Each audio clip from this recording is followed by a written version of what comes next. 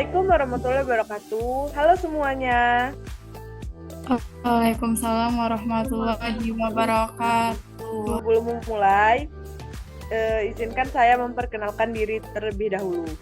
Saya Alda Ratu Sitianingsih, mahasiswa program studi Pendidikan Pancasila dan Kewarganegaraan FKIP Unsri.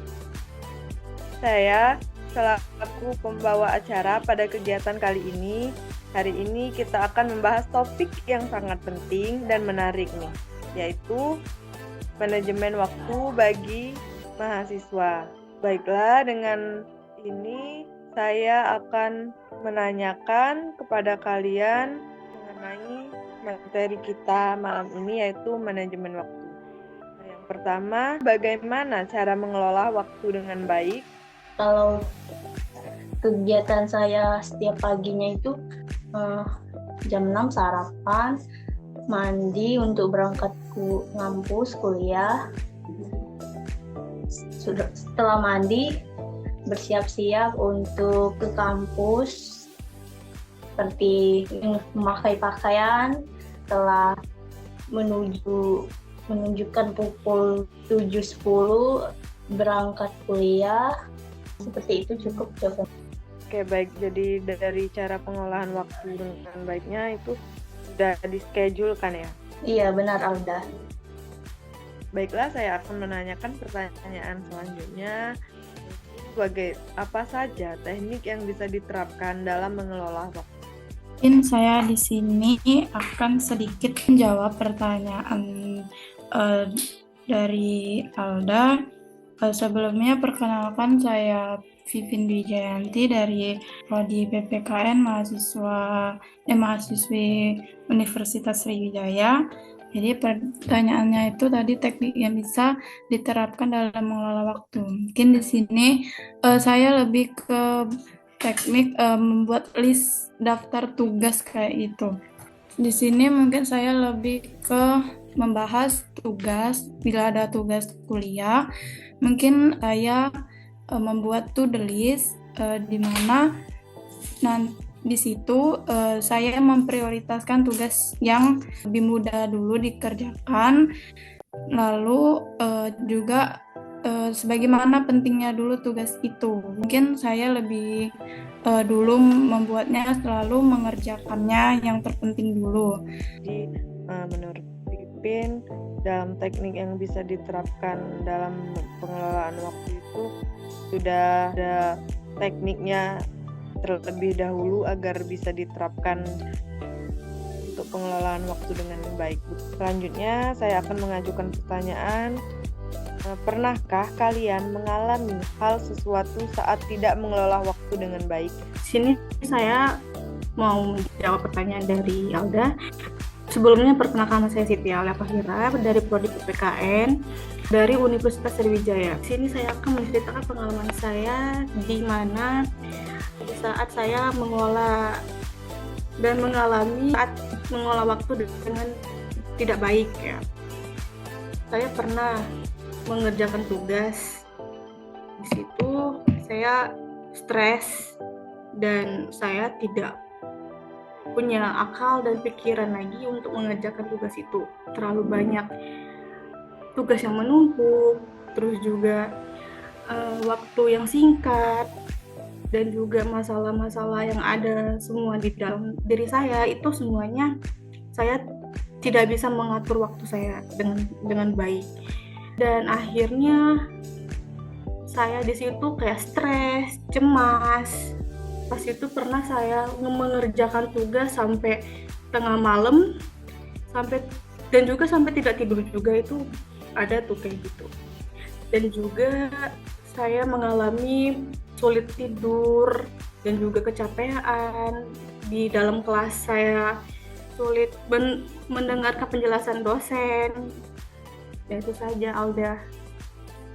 Baik, terima kasih Alia atas pengalamannya. Berarti untuk kedepannya Alia bisa diterapkan teknik dan schedule yang telah ditanggapi oleh Vivin dan Amanda tadi. Terima kasih teman-teman atas partisipasinya mengenai tanggapan dan jawaban kalian pada wawancara kita pada malam ini. Baik teman-teman, setelah menyaksikan diskusi kita pada malam hari ini, kita dapat menarik kesimpulan bahwasannya seseorang yang tidak melakukan manajemen dengan yang baik akan berdampak pada kehidupan sehari-hari.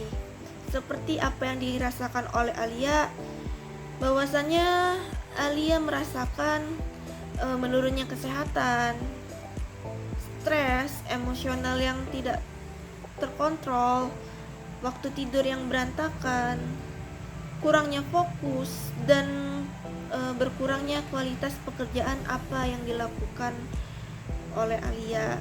Hal tersebut kita dapat cegah dengan hal-hal atau metode-metode yang telah disampaikan oleh Pipin dan Amanda. Nah, selanjutnya bisa berupa membuat schedule dengan mencatat atau menetapkan batasan waktu kapan dan apa saja yang kita lakukan, sehingga pekerjaan tersebut tidak berantakan dan tidak bingung apa yang kita harus lakukan. 5 tips manajemen waktu untuk pelajar. Manajemen waktu yang baik dapat membuat pelajar mencapai tujuan akademis dan pribadi. Manajemen waktu juga penting bagi mahasiswa. Sistem yang baik memungkinkan Anda mengatur semua kelas, tugas, dan kehidupan sosial dengan terarah. Lalu, apa saja sih tips memanajemen waktu agar tetap produktif? Tips pertama yang dapat kamu gunakan yaitu buat to-do list harian. Membuat daftar agenda atau to-do list yang berisikan poin-poin penting mengenai tugas atau tujuan yang harus Anda lakukan dan melaksanakan tugas dengan waktu yang telah ditentukan. Membuat to-do list membantumu untuk mengetahui atau mengingat apa saja yang akan kamu kerjakan. Kamu bisa pula mengetahui urutan kegiatan yang akan kamu lakukan. Tidak hanya itu, dengan membuat to-do list, kamu bisa membagi waktu dengan lebih baik. Tips kedua yang dapat kamu lakukan yakni jaga kesehatan fisik dan mental. Pastikan untuk makan makanan sehat dan berolahraga secara teratur. Kesehatan yang baik dapat meningkatkan konsentrasi dan produktivitas dirimu. Tips ketiga yang dapat kamu lakukan yakni gunakan teknik time management. Teknik seperti Pomodoro yaitu belajar selama 25 menit, istirahat selama 5 menit, dapat membantu kamu tetap fokus dan mencegah kelelahan. Ini juga membantu kamu memanfaatkan waktu belajar kamu dengan maksimal. Tips keempat yang dapat kamu lakukan yakni buat rutinitas tidur yang konsisten. Terlepas dari banyaknya tugas sekolah atau kegiatan di luar sekolah, yang penting ada baiknya kamu memperhatikan waktu istirahat. Jangan memaksakan diri untuk menyelesaikan tugas dengan buru-buru. Walaupun bisa cepat selesai, tetapi biasanya hasil yang diperoleh kurang maksimal karena kerja otak semakin menurun. Jika tugas yang kamu miliki benar-benar banyak, maka mengatur waktu sangatlah penting. Gunakan waktu istirahat secara efektif dan efisien. Salah satunya, kamu memperhatikan waktu tidurmu. Tips kelima yang dapat kamu lakukan yakni luangkan waktu untuk kreatif dan produktif. Mengatur waktu bagi pelajar bukan sekedar tugas sekolah atau rumah. Memang kedua tugas itu sangat penting, tetapi alangkah baiknya kamu meluangkan waktu sehari atau setengah hari pada setiap minggu untuk belajar hal yang meningkatkan keterampilan kamu sebagai pelajar. Kamu bisa mencoba mengenali minat atau keterampilan yang kamu miliki, seperti olahraga atau kerajinan tangan. Selain 5 tips tersebut, masih banyak tips yang dapat kamu lakukan dalam memanajemen waktu. Ketika kita dapat memanajemen waktu, kita akan dapat manfaatnya. Kita akan terbiasa untuk mengikuti jadwal yang telah dibuat, lalu mampu memanfaatkan waktu dengan sebaik-baiknya, serta memiliki lebih banyak waktu untuk berpikir dan mengembangkan ide-ide baru.